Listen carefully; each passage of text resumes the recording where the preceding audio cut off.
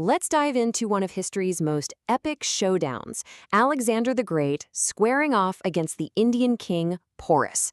Now, it's a battle that's become the stuff of legend, but what if the story most of us have heard is, well, more myth than actual history? We're going to find out.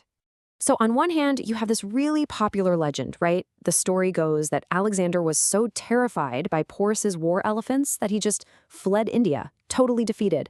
But then you have the actual history, backed up by sources from the time, and it tells a completely different story, one of a brutal, hard-won victory for Alexander's army. So what really went down at the Battle of the Hydaspes River back in 326 BC? To get to the bottom of this, we're going to have to peel back some serious layers of myth that have been building up for over 2,000 years. Okay, first up, let's talk about why this story is so debated in the first place. You see, history isn't just a simple list of facts of what happened. It's really more of an inquiry, an investigation. We start with the facts, sure, but then those facts get interpreted. And over time, especially when politics or national pride get involved, those interpretations can kind of warp the original event, creating this powerful new story that, let's be honest, people often like more than the messy truth.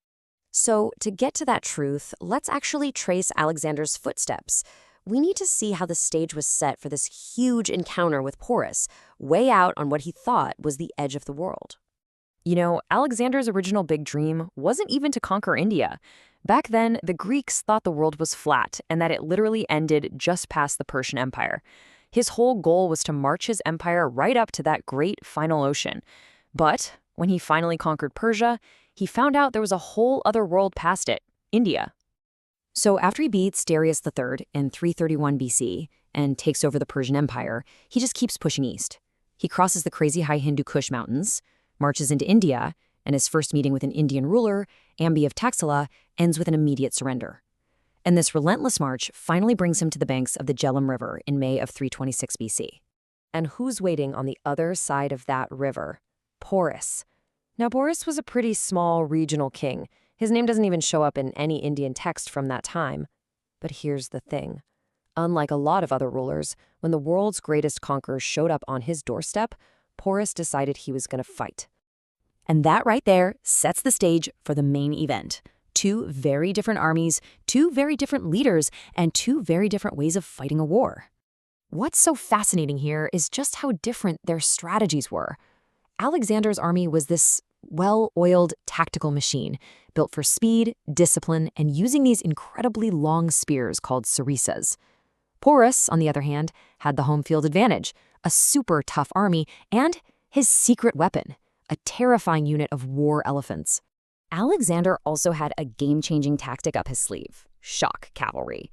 See, before him, cavalry was mostly for scouting or, poking at the enemy from a distance.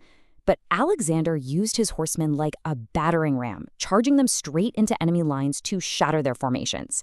It was totally revolutionary for ancient warfare. So Porus knew his elephants were best on the muddy riverbanks, so he sets up a strong defense there, hoping to trap Alexander's army as they crossed. But Alexander was a master of land battles, and he wasn't about to fall for that.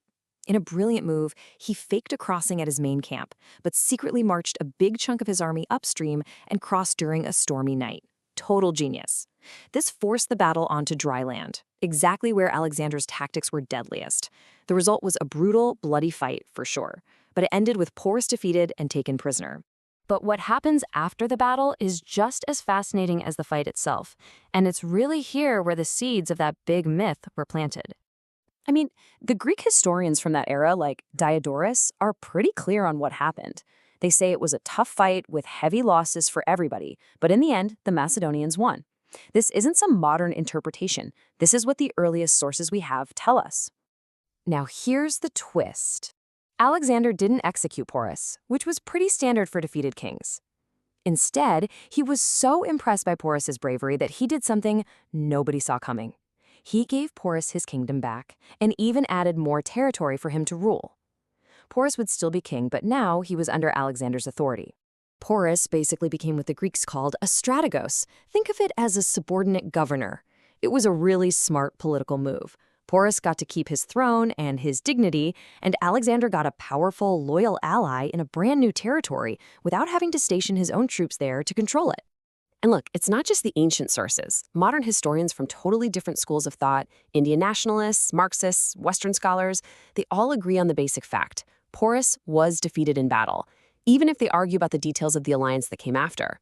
So if Alexander won this massive battle, why in the world did he turn back? The answer isn't a who, it's a what. It's a number, 11. 11 straight years of nonstop war, thousands of miles away from home. The real reason Alexander turned back was his own army.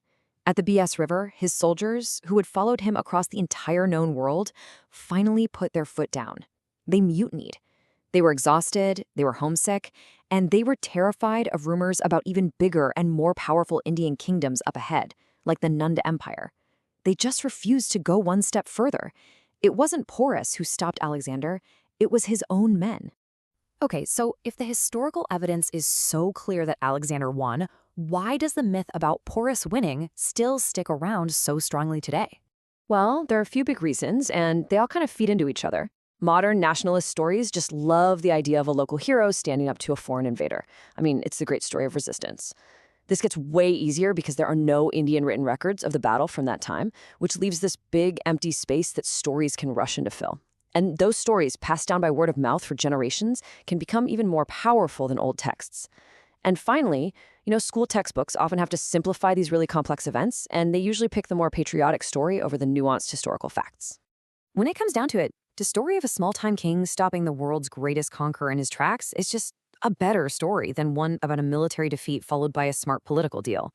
And when a heroic tale feels more compelling than a complicated fact, that's how a myth really takes root and lasts for centuries. And all of this leaves us with one final big question to think about. And it doesn't just apply to Alexander and Porus, but to how every country remembers its own past. At what point does a nation's heroic story stop being inspirational and start becoming a distortion of its actual history?